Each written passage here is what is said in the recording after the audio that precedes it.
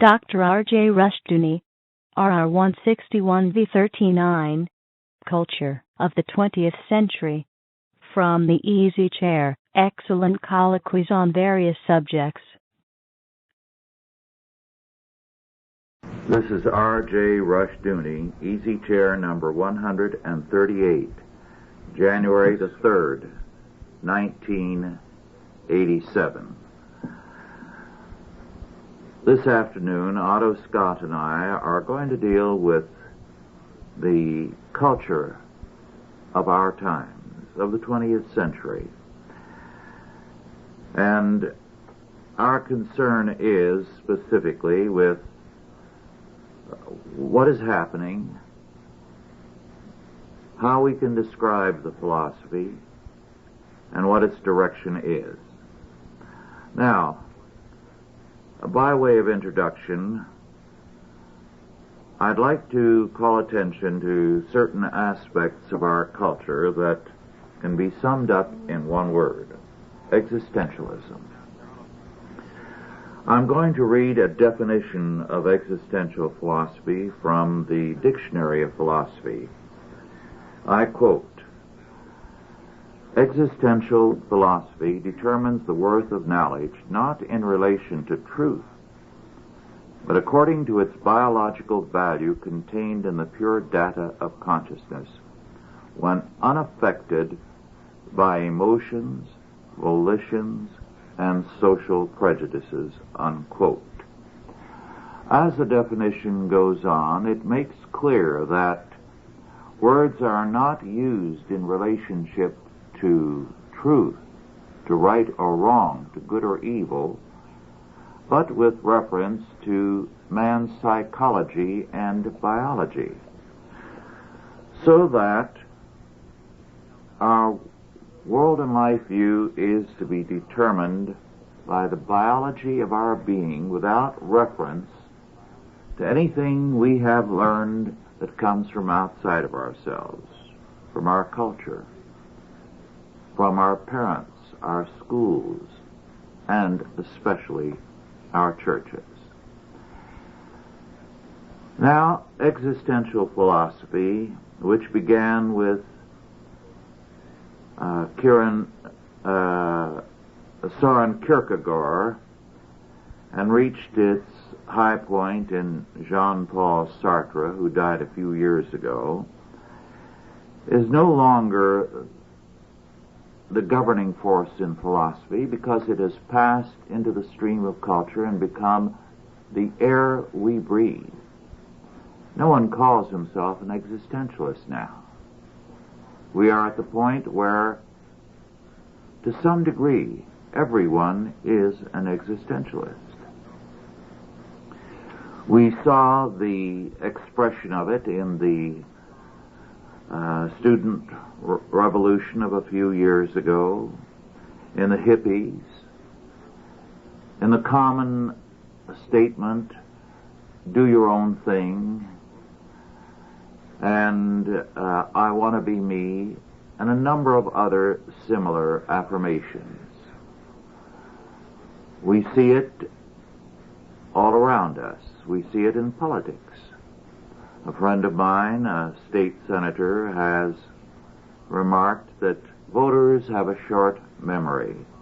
It does not exceed 90 days, so that whatever a candidate for office has done, unless it has been done very recently, in most cases the voters discount it. They have a short memory and a short vision of the future. One of the marks of savages, the people we call savages, tribes that are very backward socially, culturally, religiously, is their limited time span. Many of them cannot count above the fingers of their two hands, beyond the number 10. Many of them have even more limited apprehension of numbers. The Jivaros of South America are said to be unable to count beyond 3. 1, 2, and many is their concept. The time span of many such peoples the world over is limited as far as the future is concerned, and most of the past drops out except to coalesce as a kind of timeless thing. 30 days in the future is about all that some cultures can think. Now, modern man is becoming the same. And the results for our culture are deadly. So this is why we are concerned with existentialism. The word may sound a bit technical, but we're dealing with the realities of the world around us. Otto, do you want to make some comments at this point? Well, yes. The existentialism of Sartre is what interested me when you mentioned the topic.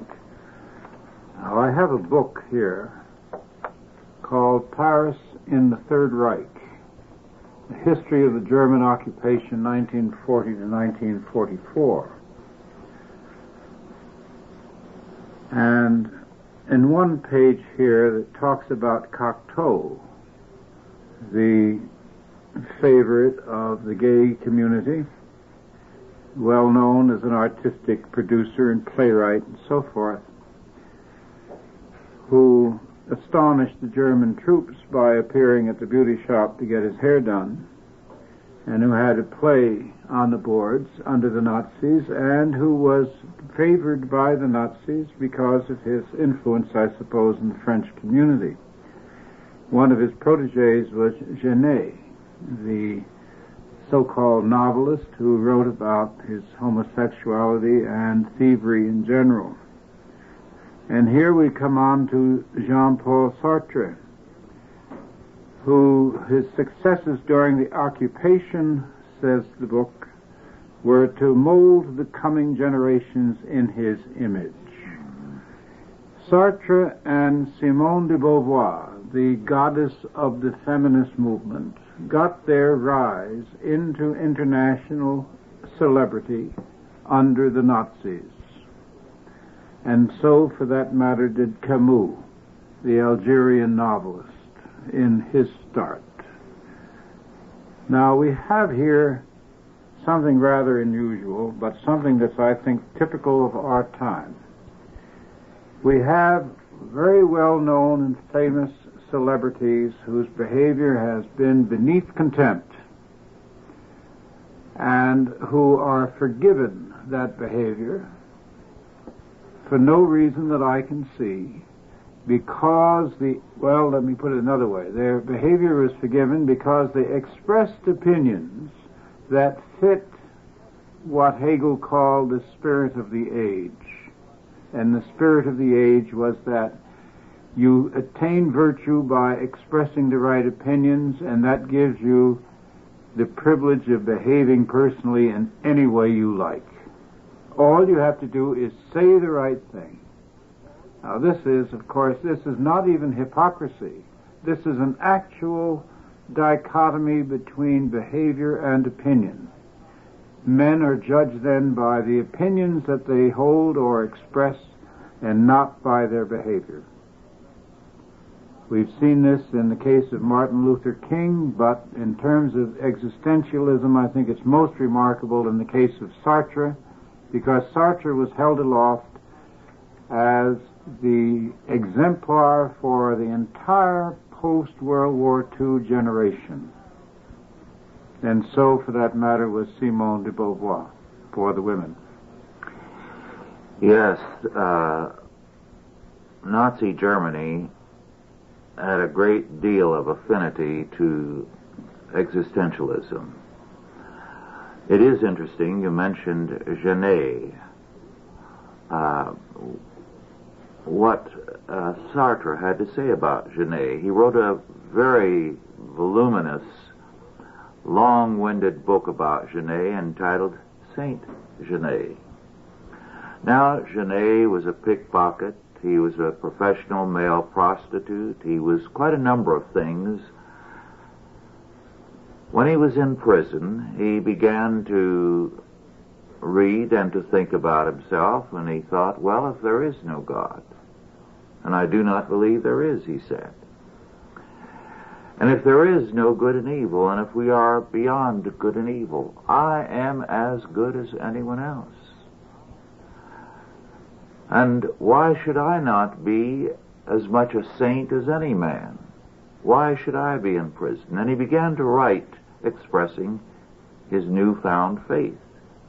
Immediately, the intellectuals and the writers of France petitioned for his release, and to the everlasting discredit of General de Gaulle, he released Genet. And Genet began to write and to produce some pornographic films, all of which were hailed as great works of art, precisely because he did things evil and called them equal with good. In fact, the new good. Because, as Camus said, because there is no God, and because what God chooses is good, we must choose evil. It must be our way of life. And Genet self-consciously chose evil. Now, this temper, of course, is in evidence throughout the world. A few years ago, a film director, Polanski, husband of Sharon Tate, who was murdered by the Manson crowd, was charged with child molestation and fled the country. And immediately he was lionized by the film community, and a film nobody remembers, which he produced, had, I believe, 3 Oscar nominations or awards. Now, this is typical of our time.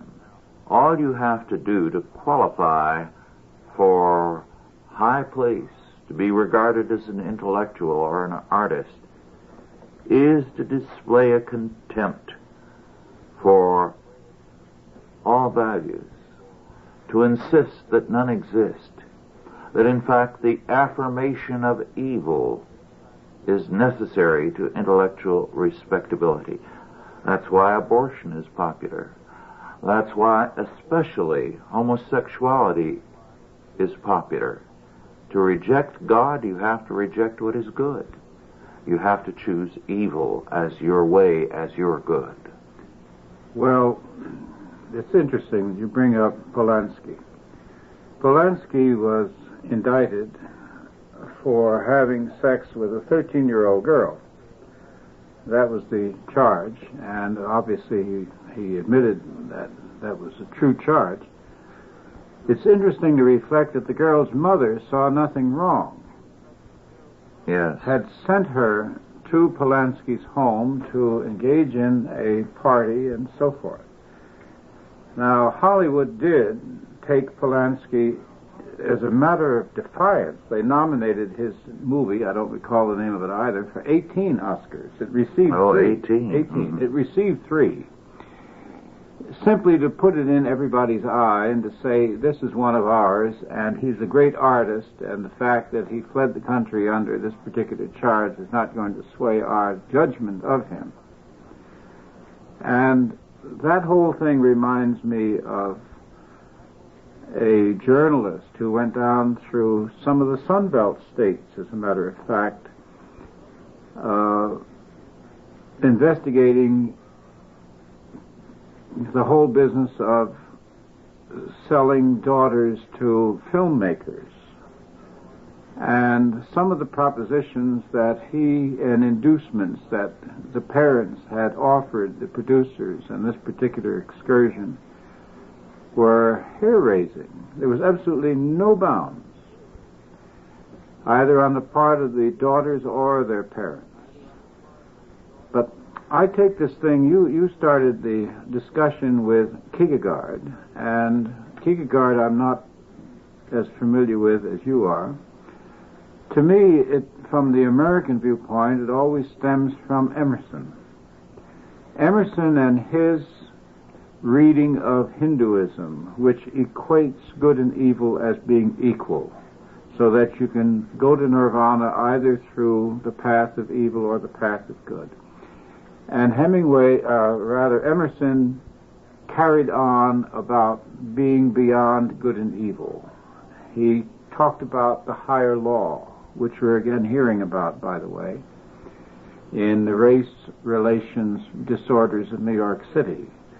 Some of the black spokesmen who are very indignant over the killing of a black man by a white band in the Queens are talking about using the higher law to take vengeance upon anyone who is standing around. Well, we can trace from Emerson to Nietzsche, and Nietzsche's book, Thus Spake Zarathustra, and Beyond Good and Evil, and so forth. We can go from Nietzsche, then we can go to the arguments of the Marxists and the Nazis that anything in a good cause is good, no matter how evil it might seem to be, or how evil it might be. So that evil and good are equated in a partnership. And then, of course, we get to the Third Reich and to Sartre and to Beauvoir and the whole bunch. Now, nobody is talking about how Sartre died, what his last years were like, his drunkenness, his incontinence, and his whole falling apart. Simone Beauvoir, who was associated with him for so many years, actually sat down and wrote in detail about his collapse, simply to make money, and also to perpetuate the idea of being in the public eye. So you have a third element here as far as I'm concerned, and that is anything to achieve a presence in the world of propaganda. Here we are doing everything because of it will elevate the individual into public attention. Yes. And that's an element that previous generations were unaware of, accepting, of course, on the very high level, the court, the army, places like that, because only the rulers and the soldiers could achieve fame, but lasting fame. But now, through the vehicles of propaganda, all kinds of creeps can get up and get attention. Yes, you mentioned Emerson, and I'm very glad you did, because while Soren Kierkegaard began the existentialist philosophy, the primary influence and the primary source of existentialism in the United States and probably England as well was Ralph Waldo Emerson. Emerson did have a powerful influence in Europe, so that Nietzsche, for example, and others reflect very strongly the influence of Emerson. It was after World War II that the influence of Kierkegaard began to prevail in this country, merging with that of Emerson. Although prior to World War II in the 30s, the influence of Kierkegaard was very strong in American seminaries. Now, the tragic fact is how deeply both sources, Kierkegaard and Emerson, but especially Kierkegaard, have influenced seminaries. And both Catholic and Protestant seminaries for a long time have been subject to these influences. All the mainline Protestant churches are radically influenced. The present Pope, John Paul II, has a background as an existentialist philosopher. And this explains a great deal of what he has been doing of late especially. So that one of the reasons why the churches have declined is precisely this existentialist temperament. Karl Barth, the whole of the neo-Orthodox movement within the churches, again, very heavily Kierkegaardian, existentialist in orientation. So you have many people in the church who preach a seeming orthodoxy. They use all the right language. They talk about the incarnation and the resurrection and the miracles. But it is not in real history. It is in supra-history, in a psychological world, so that they have made everything existential. And the results have been that there's a form of godliness, but the power is lacking. Some evangelical seminaries are wide open now, and have been for some time, to existentialist thinking. I won't mention any names, although one or two are quite prominent, because I couldn't cover all of them, and to be fair, I would have to name the existentialists in all the evangelical seminaries. But very definitely, they have a toehold, just as liberation theology does, which is an aspect of the same faith, which says, what we want here and now is the essence of the truth. What my biology demands, that is the real. Well, we get into some very interesting secular manifestations, because the general community doesn't know the origin of these ideas. It simply accepts prevailing ideas as though they come out of no place. They just are given. I hate that phrase, but that's what's used now. And if we apply it in the general community, it means that anything goes so long as it doesn't get you into trouble. Now, Polanski is the subject of an article, a recent article in Commentary magazine, which is the reason that I was able to remember the number of Oscar nominations. Somebody wrote an article called The Rise and Fall of Roman Polanski, in which they pointed out that after he fled to Europe, he began to lose a certain amount of esteem in Europe, the Europeans being much more pragmatic than the Americans, less, I'd say, awfully materialistic in Europe. The question of earning a living in Europe is a vital thing. They don't have all the ease that we have here in getting by. So when Polanski lost the great American market, then he became less important as a movie director and producer. There was less commercial value to him. And having made a series of dud films, not picked up by Hollywood, he's now considered a has-been. Consequently, you might say that in the old term, this would be the rewards of sin, but that isn't so. It's not because of what he did or what he said, but simply because of his market value, totally divorced from any ethical considerations. All Europe is living in terms of its market value at this moment. It's living off international commerce. It's living off the American market to a very great extent. It's living off the expense of the American taxpayer. And it is not mounting any resistance to the Soviets, nor will it, if the Soviets ever move, because I think 2 wars have pretty well sapped the will of the Europeans to fight anymore. So we come then, when we look at the great seabed of the West, at the end of the road of existentialism. Where does it lead? It leads, of course, to the idea that Sartre and de Beauvoir epitomize so well in their own lives. Anything to get by. Yes. One of the things that I think reveals what existentialism has done for us, most television programs manifest.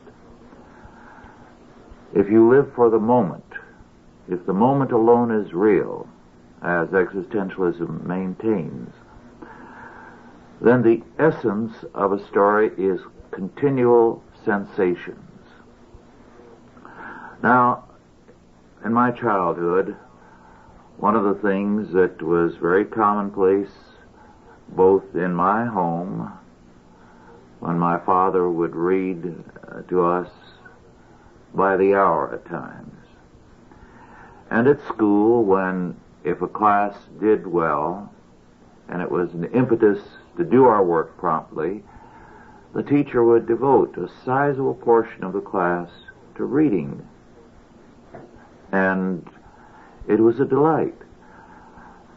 Well, the older writers very commonly began with 2-3 pages of description. Those are now left out in abridged editions for students. But then we listened to them with a relish. They evoked a picture of the past. They set the stage. The point was not the momentary feeling or sensation. But if you pick up a novel today, and especially if you pick up a detective story, it's all action, statements, the moment. And you're supposed to respond instantly to everything. There is no patient building up so that you have a sense of the past, present, and future. They used to say that Chinese food, and probably they still say it, could fill you up and leave you hungry again within an hour. Well, you can read and enjoy some of these modern novels and detective stories, the best of them, and the next day you have trouble remembering what the sequence of action was and what the plot was, because it is so totally geared to the moment that there's no real sense of continuity and of life. Life has a past, present, and future. This existentialism does not have, and it reflects itself in modern art. Well, sensationalism, of course. Sensations can never even be recalled. There isn't any way that you can ever recall a moment of surprise. There isn't any way that you can recall a moment of anger. You look back and say, well, yes, I remember that made me angry at the time. But you look back, you're no longer angry about it. It's part of the past. The business of technique in writing, of course, which you bring up, is partly because we've moved into a visual age. And I remember that one of the big agents in New York, whom I talked to about a possible book, decided that I wasn't the man to write that particular book because, he said, when I read your writing, Otto, I don't see pictures. Well, of course, there are some things which I write which are not visual. They're intellectual. So what he was saying was that unless we see pictures, there isn't any point in promoting the book. This is for a television-oriented audience. Mm-hmm. And television, as you know, interrupted every 12 minutes or so. You have a very short attention span. So the book is written in brief episodes, bursts of activity. Yes. And it reminds me of the radio show hosts that I've debated with in recent periods. They're always very afraid that I'm going to bore the audience, so they interrupt me before I can complete my reply to a question. It never occurs to them that they might bore the audience. They talk for quite a while. Yes. I'd add to what you said, Otto, that it is a sensational visual image they want, because the older novelists drew a picture and words, 2-3 pages, but it was a picture to set a stage. Now it has to be visual shock, continual visual shock, not the development of a setting.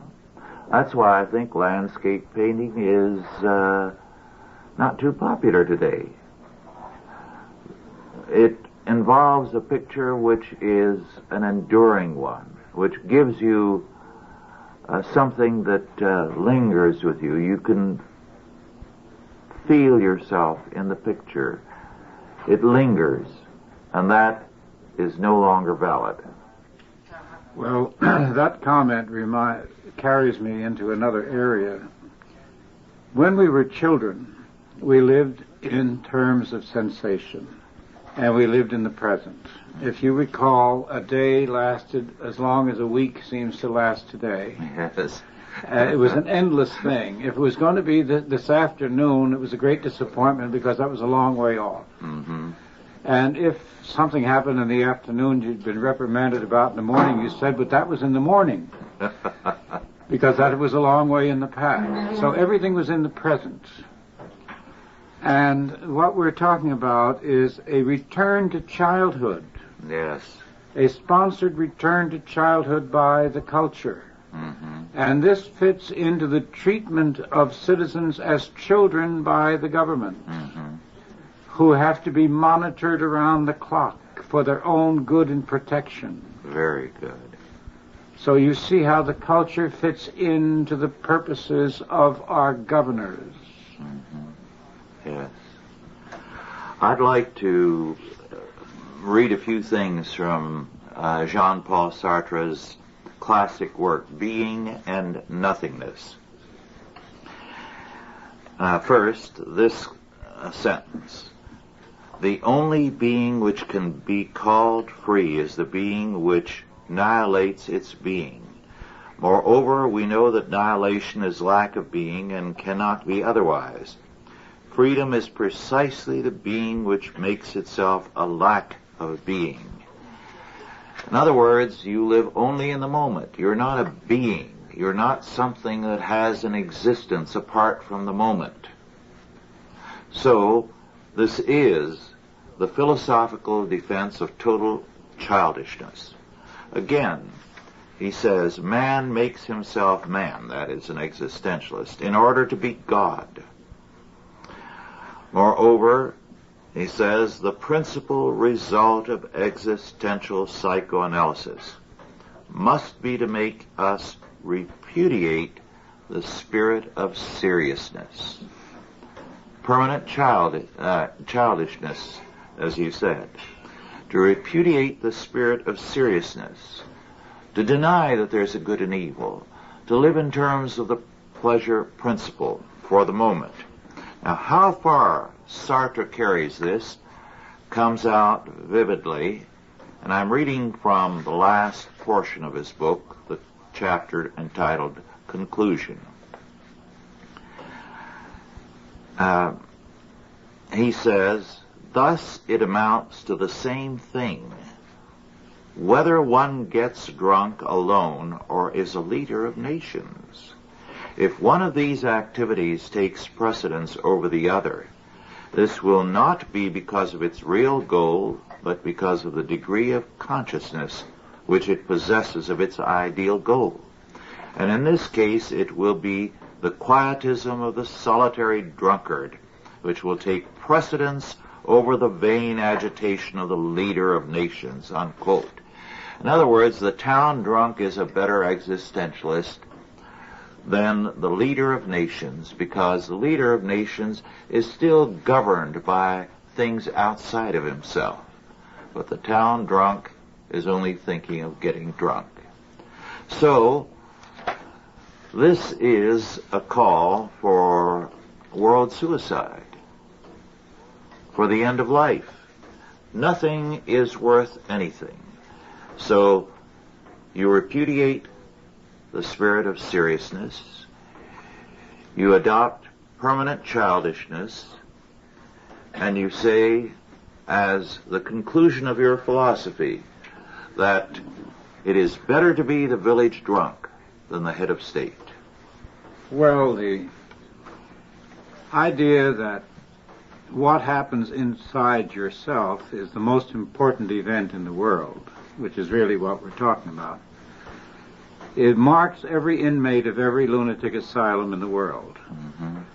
The psychiatrists call it involutional melancholia because it leads to melancholia, and then the individual is almost beyond being evoked back into the world because his entire world becomes himself. Now, I noticed this years ago. I had a job for a brief period of time in a liquor store on the edge of Skid Row. And I at first felt very sorry for these fellows, these winos who would come in. And I'd try to talk to them, sound them out, find out how they got into that situation, and so forth. And they turned to the most frightful bores I ever had tried to talk to in my life, because they could only talk about themselves. They were only interested in themselves. The world that was moving around them was totally beyond their ken. They had no interest in politics or in anything. And if you go about in our culture today, I think we are piling up more bores by the square mile than we've ever had at any period in our history. People who they'll sit next to me on an airplane and they'll tell me all about themselves. Mm-hmm. They haven't a question in the world. They're only interested in what's happening to them, where they are in their job, what their family is doing, what their children are doing in school. And finally, they get back to, well, who do you think is going to win the next ball game? Mm-hmm. Now, this is appalling. This is like a national lobotomy. Yes. Well, that reminds me of something which we all do, Otto, which reveals the fact that existentialism has infected all of us to some degree. It annoys me whenever I do it. But it is a characteristic of this century that we so often begin our comments and our observations by saying, I think. As though that were the key. As though that were the most important thing under the sun, what I think. And not, well, as a Christian, this is what I should believe. Or as an American, or as an Englishman or a German, this is what we feel on this issue. This business of what I think as being the ultimate statement to make has become predominant in this century. It's a very new thing, but it manifests the fact of practical existentialism among all of us. And what is aggravating is that so many people who can't think sensibly or talk sensibly still feel that the answer to everything in the Bible or everything in any important study or science or art is, well, I think so-and-so. It's the ultimate in egoism, which is what existentialism is. It reduces the world to the individual and to his feelings and experiences. So we all go around saying, well, I think so-and-so. Problem with that is that most of the people who tell me they think about something have not thought about it. Yes. What they're doing is what D.H. Lawrence, you remember, years ago went to Sardinia with his girlfriend at a time when the English pound was very strong and the Italian lira rather, was very weak. So, of course, the whole trip was very cheap for them. But since they were on short money anyway, they traveled by bus.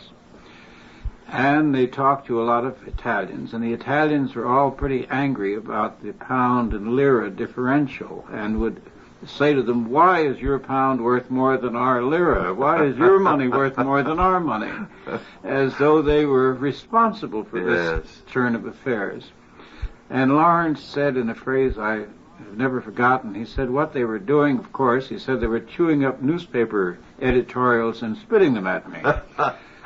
And that epitomizes so well, it summarizes so well so many of the I think people that I run into, because they do not think. They take their opinions from the press, from the television, from the radio, and that suffices. Now, there was a time when it did not suffice. You could not maintain yourself in adult company if all you did was echo what the man in the street was saying. You had to come forward with a considered opinion or you were expected to shut up.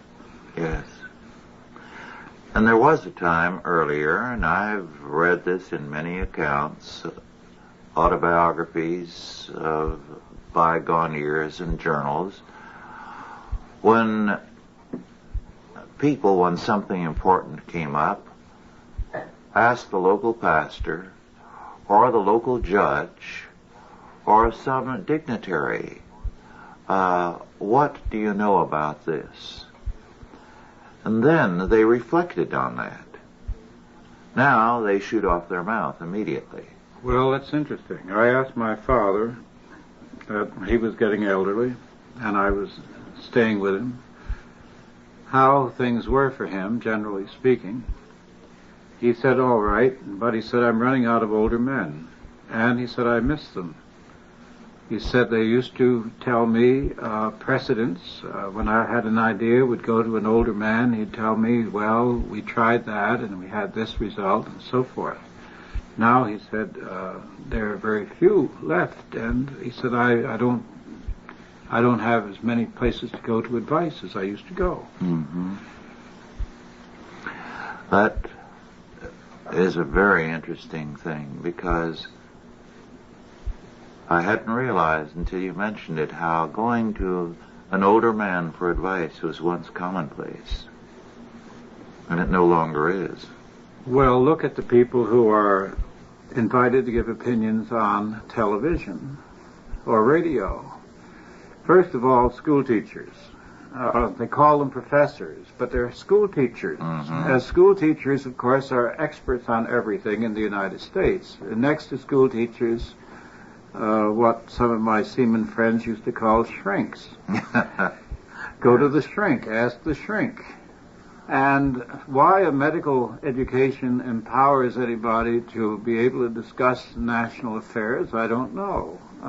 But nevertheless, we have these strange sort of pseudo-experts on almost every side. Recently, I read in an article by a young American journalist who spent a couple of years in England and came back shell-shocked, because he said he realized that in the United States, knowledge is segregated into academic enclaves, whereas the writers in Great Britain have as an audience an entire educated class.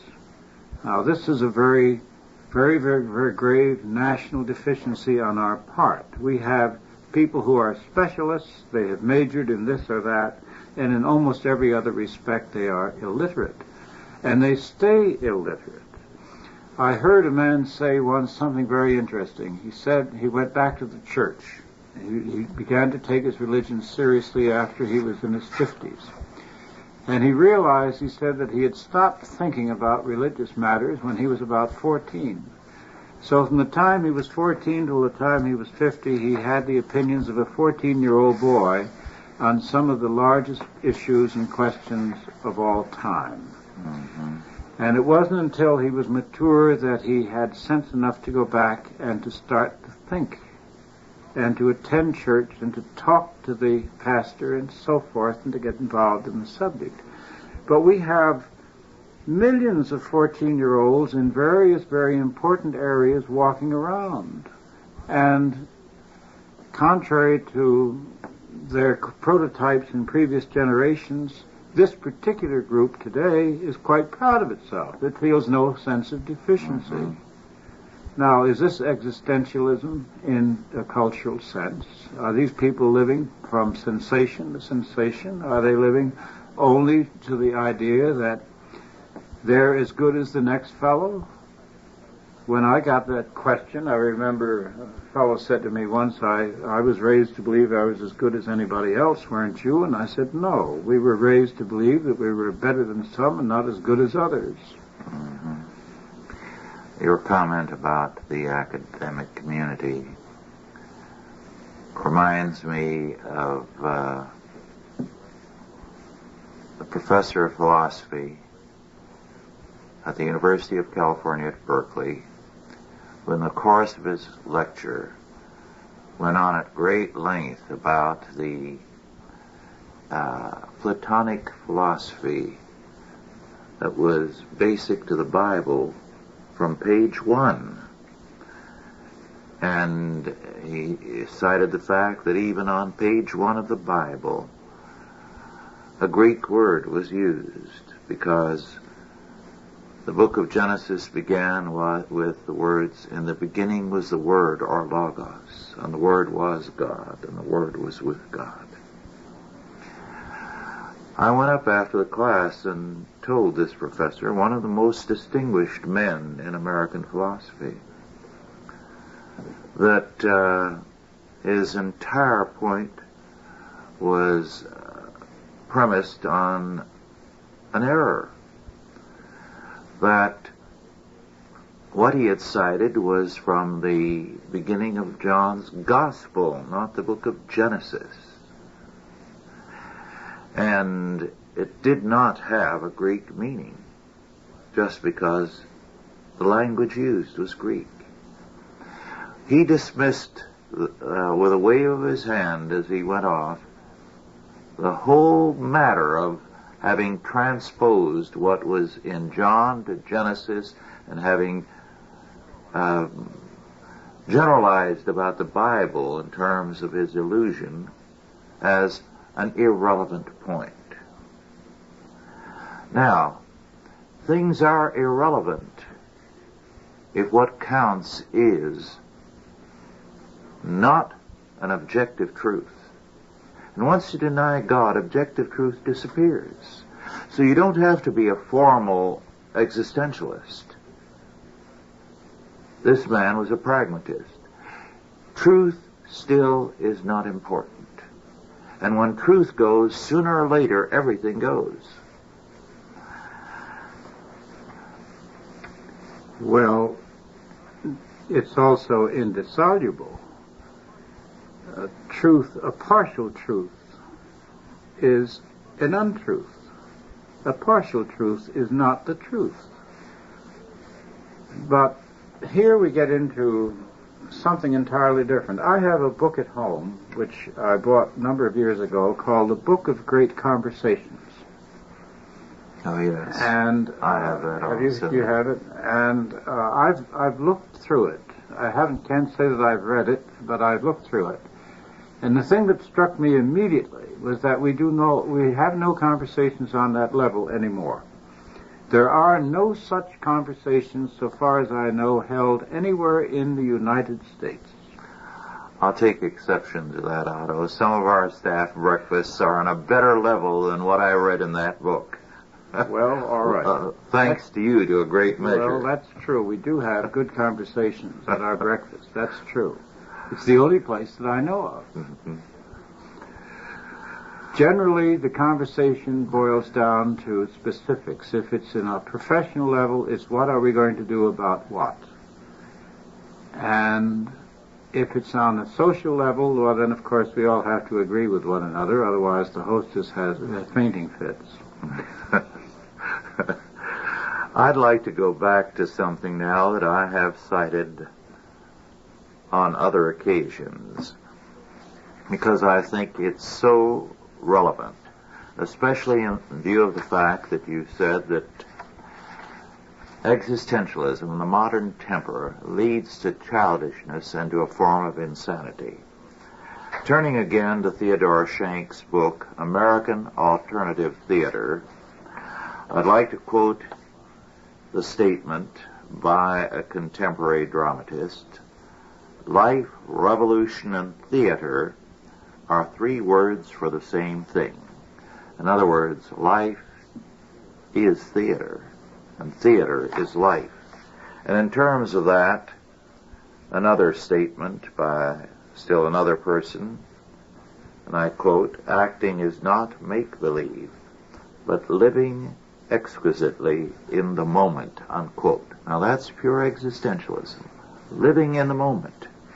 And that's why acting is not make-believe. The people sitting out there are not living in the moment the way the actors are. So they are not real. The real people are the actors. And you turn the whole world into actors if they're going to be real people. And the result is total insanity, a politics of insanity. How else can you say, other than this existentialist abandonment of reality, governs Congress, where the threat in Cuba and especially Nicaragua is something they won't face up to. The presence of the KGB, the presence of the GRU in Washington, their influence, their goings and comings. They're totally oblivious because they're in the theater of American television and the newspapers. The theater of politics. Yes. Now, the audience, of course, is the people. The camera, what passes for the camera is the media. Yes. Now, the media is portraying our political situation, our political scene, as a form of theater in which living people are being used as actors and our destinies are involved. Now, you talk about diversions, using politics as a diversion. The great diversion right now, of course, is to reduce the president to a civil servant responsible to Congress, having to report to Congress and have the approval of Congress before he functions on an international level. In the meantime, Gorbachev is coming to the Western Hemisphere. Gorbachev has already lined up a visit to Havana, a visit to Mexico City, and a visit to Buenos Aires. The visit to Argentina was probably going to involve a promise that they will someday get the Falklands back if they give the Soviets a naval base. The Soviets have already received fishing rights off the coast of Argentina. They have a very large hold in Peru. They have a very large hold in Bolivia. They have the complicity of our State Department in getting back control of Chile. They have an ongoing revolution in Colombia, which is over 25 years old. They have made inroads in Uruguay to the point where the Tupamaros, the terrorists there, have revived. They are in Nicaragua. They are pressing El Salvador into a state of complete incoherence. They are on the verge of moving against Honduras, Costa Rica. And, of course, Gorbachev is going to talk to De la Madrid about picking up all the things that he needs from the Kremlin and let him forget about what he owes to the American bankers. In the face of this, now our forebears saw French and Spanish uniforms in Mexico. We will see Soviet uniforms in Mexico. So far, the networks and the media have not even bothered to inform the American people of Gorbachev's tour, which is unprecedented. Yes. They are turning the Western Hemisphere into a replica of Africa and a replica of what the pre-World War II Balkans look like. And here we sit, intent upon destroying another president. Now, this is existentialism, and it reminds me, we have to go back to Sartre, it reminds me of Sartre's play, No Exit. Mm-hmm. Remember that? Yes. No exit. That was what he was leading his followers for. You are trapped. This is it. This is the end, and it's all right. Yes. Everyone living in his own corner of hell, talking to himself, wondering if the exit door was open, but nobody trying it, in an endless monologue. That's right. You get Samuel Beckett from that, yes. Waiting for Godot. And there wasn't an aspect of life that Sartre's touch didn't try to wither. He took a love affair and he turned it into a story about the lovers being condemned to meet again in the same hotel room ad infinitum forever. It was unbelievable. Mm-hmm. The effort that he made to destroy joy. That's a good statement, because whether it is in everyday television or in a philosopher like Sartre, it is an everyday effort to destroy joy. Because having denied God, they cannot say that man can be happy, that there can be peace and joy in the world. They have to pollute and destroy everything. It's a strange business. Yes. Well, our time is drawing to a close. Are there, we have a few minutes, are there any concluding statements or summaries? Well, this is how the pagan world died. The pagan world with its endless cycles. Remember, everything was going to recur. Yes. So everything that you were going through was going to recur and recur endlessly. As the seasons rotated around one another and the planets around the earth, so man's life was going to repeat ad infinitum forever.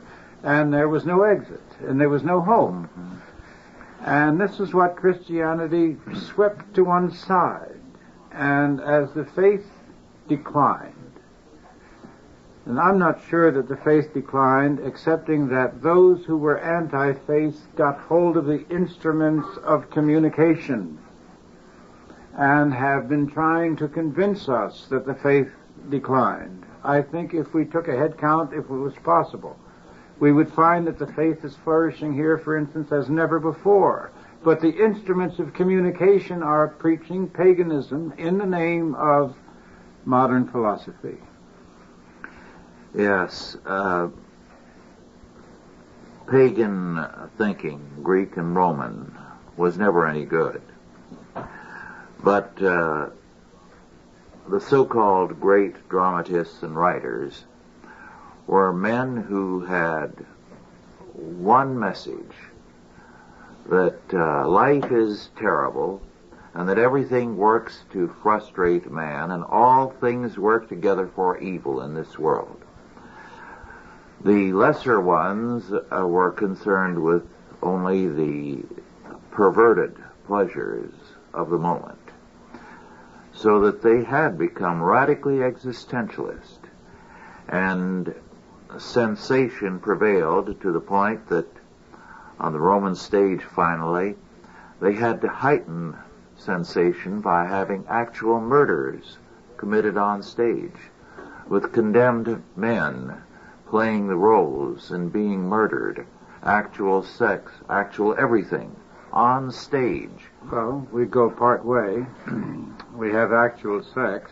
Mm-hmm. I'm sure that if the present trends continue, it'll become even more explicit in time to come. They don't believe the audience has enough imagination to imagine, so therefore they leave nothing to the imagination. And of course this kills all the imaginative quality involved in the drama. And also there is no catharsis. So here we are. We see the dreadful end of so many of these exponents of nothingness, and I believe that's the title of his book, Of Nothingness. Being and Nothingness. Being and Nothingness, yes. He was an expert on nothingness. And it's amazing that he has managed to be so hailed. So many of these people get away with this and that nobody laughs. Mm-hmm. Yes.